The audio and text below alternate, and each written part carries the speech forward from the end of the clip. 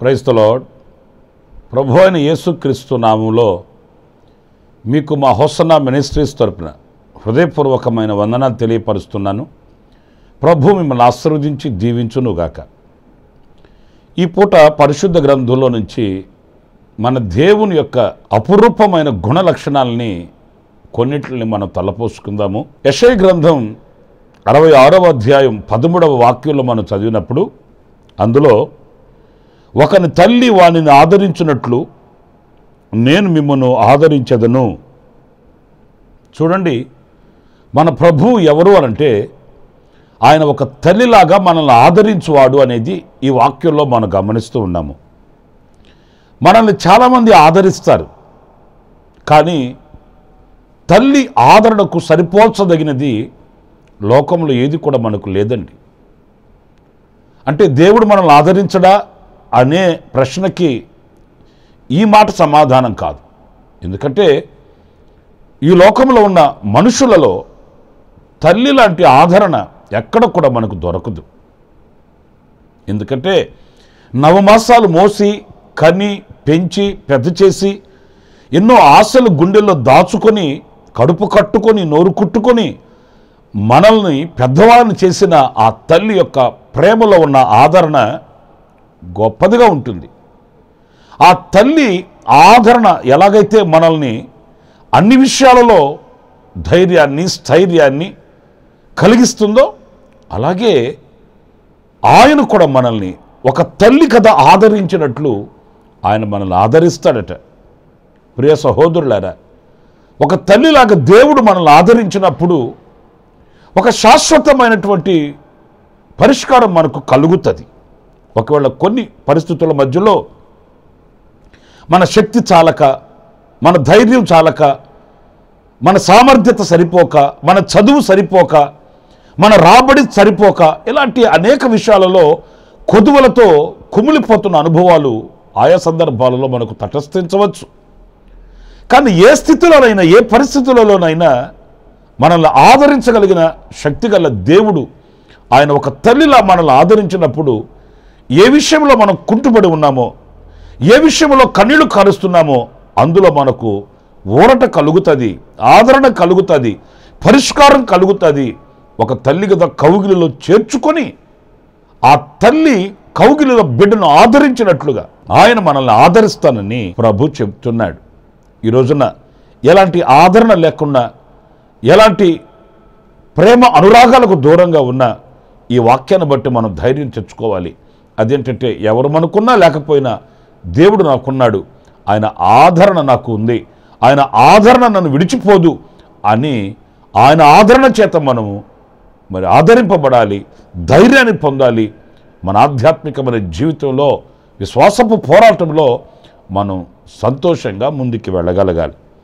మరొక మాట కూడా మన పరిశుద్ధ గ్రంథంలో మనం చదివితే కీర్తనల గ్రంథం 103వ కీర్తన 13వ చరణంలో ఏం రాస్తుందంటే, తండ్రి తన కుమారుల ఎడల జాలిపడినట్లు యెహోవా తన యందు భయభక్తులు గలవారి ఎడల జాలిపడును. ఇక్కడ ఒక తండ్రిలా ఆయన జాలిపడుతాడట. ఇక్కడ ఒక తండ్రి స్థానమందు ఆయన మనకు కనిపిస్తున్నాడు. ప్రియ సహోదరులారా, చూడండి, తండ్రి ఎందుకు జాలి పడతాడు అని వ్రాశాడు అనంటే కోపించేది కూడా తండ్రి గనుక. ఏదైనా విషయాలలో మనం తడబడుతున్నప్పుడు, తప్పటడుగు వేస్తున్నప్పుడు, తప్పిపోతున్నప్పుడు ఎక్కువగా తండ్రి గద్దిస్తాడు, దండిస్తాడు, సరిచేస్తాడు. కానీ ఇంకొక మాట, ఎలా కోపిస్తాడో, ఎలా గద్దిస్తాడో, ఎలా ఆయన సరిచేస్తాడో అలాగే జాలి కూడా చూపిస్తాడు. ఏ తండ్రి కూడా సత్యంత వరకు బిడ్డను కొట్టడండి. ఏ తండ్రి కూడా మరణమగు రీతిగా శిక్షించడండి. సరిచేయడానికి కోపిస్తాడు. ఎంత కోపించాడో అంతే మరలా వాత్సల్యమును చూపిస్తాడు. ప్రియ సహోదరులారా, ఆ తండ్రి ఎవరు అనంటే మన బాగుకోరే తండ్రి, మనల్ని భుజముల మీదకి ఎత్తుకునే తండ్రి, మన మీద ఎంతో ఉన్నతమైన ఆశయాలు కలిగి ఉన్నతమైన స్థితికి మనల్ని తీసుకుని రావాలని శ్రమించే తండ్రి, కష్టించే తండ్రి, చెమట కార్చే తండ్రి, మనల్ని ఉన్నతంగా ఆలోచించే తండ్రి. ఆ తండ్రి మన ఎడల జాలి పడుతాడు. ఒకవేళ తెలుసో తెలియకో మనం తప్పటడుగు వేసినప్పుడు అందులో మనల్ని సరిచేసి మనకు ఒక ఉన్నతమైన స్థానాన్ని చూపిస్తాడు. కొన్ని సందర్భాల్లో మనం ఏమనుకుంటామంటే, నన్ను శిక్షిస్తున్నాడు, నన్ను అన్ని విధాలుగా హరిస్తున్నాడు, నా తండ్రికి నా మీద ప్రేమ లేదు, ఇలాంటి దురుద్దేశాలు మనకు కలుగుతుంటాయి. చాలా పొరపాటండి. ఎందుకంటే దేవుని వాక్యంలో మనం చదువుతాము, శిక్షించని కుమారుడు తప్పిపోతాడు, చెడిపోతాడు, దేవునికి దూరమైపోతాడు, తండ్రికి దూరమైపోతాడు. తండ్రి ఏం చేస్తాడు? శిక్షయను మేత పెట్టి లేక శిక్షయను అనుభవం ద్వారా మనల్ని ఆయన ఆశయాలు నెరవేర్చేవారుగా మనల్ని ఆయుత్తపరుస్తాడు. అంతేగాని ఎన్నడూ ఆయన దూరం చేసుకునేవాడు కాదు, ఎన్నడూ ఆయన వికటించేవాడు కాదు. ఆయన జాలిపడే తండ్రి వంటి వాడు, జాలిపడే తండ్రి స్థానం అందున్నాడు. ఆయన తన జాలిని, తన వాత్సల్యమును ఆయన మనకు కనపరుస్తాడు. లేఖనాలలో ఎఫ్రాయిమును గురించి మనం చాలాసార్లు చదువుతుంటామండి. ఎఫ్రాయిముకు ఆయన నడక నేర్పాడు, బ్రతుకు నేర్పాడు, జీవితాన్ని నేర్పించాడు. కానీ ఎఫ్రాయిము తప్పిపోయాడు. కానీ ఒక మాట చెప్పనా, శిక్షించి నయాన భయాన అతనికి భయము చూపించి మరలా అతని మీద కరుణించి అతన్ని హక్కున చేర్చుకున్న చరిత్ర లేఖన భాగాల్లో మనం చదువుతామండి. అంటే ఆయన ఒక కరుణించే ఒక తండ్రిగా ఆయన మనకు ఎదుట ప్రత్యక్షమవుతాడు. మనల్ని ఎన్నటికీ చేయి విడవక మనల్ని నడక నేర్పించి ఆయనతో కూడా మనల్ని నడిపించుకుంటాడు. ఆయన హృదయంలో ఉన్న ఆశను మన ఎడల నెరవేర్చుకునే తండ్రి మన పరలోకపు తండ్రి. ఇంకొక విషయం కూడా నేను మీకు జ్ఞాపకం చేస్తాను. అదేంటంటే యోహాను సువార్త 15వ అధ్యాయం 13-14 వాక్యాలను నేను చదువుతున్నానండి. తన స్నేహితుల కొరకు తన ప్రాణము పెట్టువాని కంటే ఎక్కువైన ప్రేమ గలవాడెవడునూ లేడు. నేను మీకు ఆజ్ఞాపించు వాటిని చేసిన ఎడల మీరు నా స్నేహితులై ఉందురు. ఇక్కడ ఒక స్నేహితుని స్థానమందు ఆయన నిలిచి ఉన్నాడండి. తన స్నేహితుని కొరకు ప్రాణం పెట్టిన వాని కంటే గొప్పవాడు ఇంకొకడు లేడు. నిజమే, స్నేహబంధము అనేది ఎంత చొరవ తీసుకుంటుంది అనేది నేను చెప్పాల్సిన అవసరం లేదు. కొన్ని విషయాలు తల్లిదండ్రులకైనా చెప్పడానికి సందేహిస్తామేమో, కానీ స్నేహితులైన వారికి చెప్పడానికి సందేహించం. ఎందుకంటే ప్రాణాధికంగా ప్రేమించిన ఆ ప్రాణ స్నేహితులతో మనం అంతగా కలిసిపోతాము. ఏది కూడా మనం దాచుకోము, అరమర లేకుండా మాట్లాడుతాము. అందుచేత ఆయన మనకు ఒక మంచి స్నేహితుని వల్లే. నా ప్రియులారా చూడండి, నేను దేవుణ్ణి, నా చేత చేయబడిన నరులు మీరు అక్కడే, నేను ఇక్కడే అనేది కాదు ఆయన సంకల్పం. మనతో మమేకమైపోవడం, మనతో కలిసిపోవడం, మనతో ఏకమైపోవడం, ఆయన మన భుజముల మీద చెయ్యి వేసి మనల్ని ధైర్యపరుస్తూ నడిపించడం అనేది ఒక స్నేహపూరితమైన అనుభవం అండి. నా ప్రియ సహోదరులారా, ఆయన మనకు మంచి స్నేహితుడు. ఆయన హృదయంలో ఉన్నవన్నీ మనతో చెప్తాడు, మన హృదయంలో ఉన్నవన్నీ ఆయనతో చెప్పుకోవచ్చు. అబ్రహాముతో దేవుడు స్నేహం చేశాడట, మోషేతో దేవుడు స్నేహం చేశాడట. మన పితరుల చరిత్రలు చూడండి, ఆయన హృదయంలో ఉన్న సంకల్పం అంతా కూడా వారికి తెలియచెప్పాడు. వాళ్ళు చెప్పిన ఆలోచనలన్నీ ఆయన అంగీకరించాడు. అంటే ఆయనకు ఆలోచన లేకపోవడం, వీళ్ళు ఆలోచన ఇవ్వడం అని కాదు, కానీ వాళ్ళ యొక్క అభిప్రాయాన్ని ఆయన అంగీకరించాడు. నా స్నేహితుడైన అబ్రహాముకి తెలియపరచకుండా నేను దాచేదనా అంటే ఏ సంగతి కూడా అబ్రహాముకి దేవుడు దాచినవాడు కాదు, ఆయన సంకల్పం తెలియపరచకుండా ఉన్నవాడు కాదు. ఈరోజు మనం కూడా నా ప్రియమైన సహోదరులారా, ఒక స్నేహితునితో మాట్లాడినట్లుగా మోషే మాట్లాడాడు కదా దేవునితో, మనం కూడా అలాంటి స్నేహభావంతో, స్నేహ సంబంధంతో మనం దేవునితో నడవాలి, ఎదగాలి. ఆయనతో మనం ఆ సహవాస సంబంధం కలిగి ఉండాలని వాక్యం చెప్తుంది. ఇంకొక మాట కూడా నేను మీకు జ్ఞాపకం చేయాలి.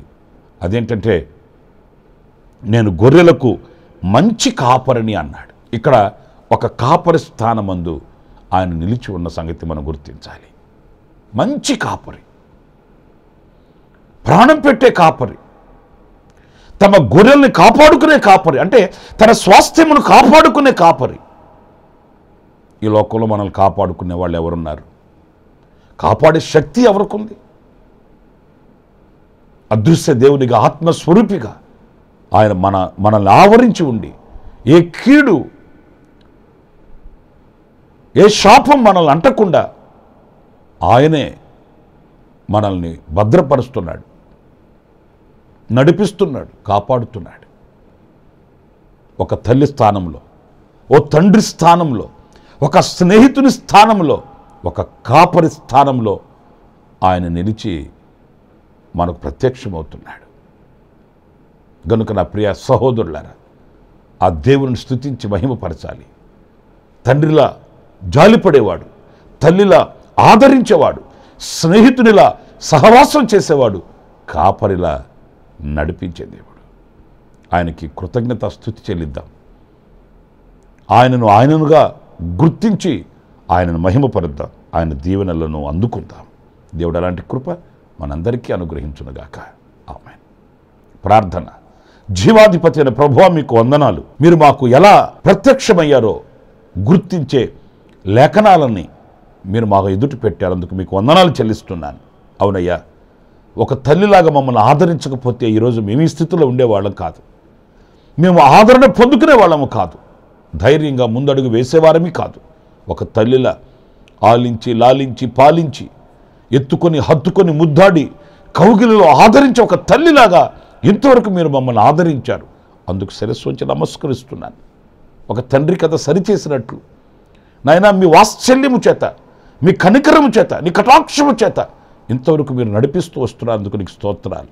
ఒక స్నేహితునిలా చెలిమి కలిగి స్నేహపూరితమైనటువంటి అనుభవాలలో మమ్మల్ని సంతోషింపచేస్తున్నారు. అందుకు మీకు స్తోత్రాలు చెల్లిస్తున్నాను. ఒక కాపరివిగా మీరు ప్రత్యక్షమై ఏ కీడు మా దరికి రానివ్వకుండా, ఏ దిగులు మమ్మల్ని ఆవరించకుండా, ఏ క్షామం మమ్మల్ని ముట్టకుండా మీ కంచి వేసి కాపాడుతున్నారు. అందుకు మీకు స్తుతి చెల్లిస్తున్నాను. జీవితాంతం మీకు రుణపడిన వారమై కృతజ్ఞులమై బ్రతకడానికి సహాయం చేయమని మమ్మల్ని ఒక్కొక్కరిని మీ చేతులు సమర్పించుకుంటూ, ఈ మాటలు విని ఈ ప్రార్థనలో ఏకీభవించిన ఒక్కొక్కరిని నాయన నూతనమైన మార్గాలలో మీరు నడిపించి వారి హృదయ అభిలాషలు తీర్చి వెన్నుతట్టి నడిపించమని యేసు నామములో ప్రార్థించి వేడుకొనుచున్నాను తండ్రి. ఆమేన్. ఆమేన్. ప్రభు మిమ్మల్ని దీవించి ఆశీర్వదించునుగాక. ఈ దినమంతా విశేషమైన కృప నా దేవుడు సమృద్ధిగా మీకు అనుగ్రహించుగాక. ఆమేన్. ప్రతి దినము ఈ అనుదిన కృపాను సందేశాల కొరకు, ఇంకా మరిన్ని ఆత్మ సంబంధమైన సందేశాల కొరకు ఈ మా యూట్యూబ్ ఛానల్ ని సబ్స్క్రైబ్ చేసుకోండి. Pastor Ramesh, hosanna ministries.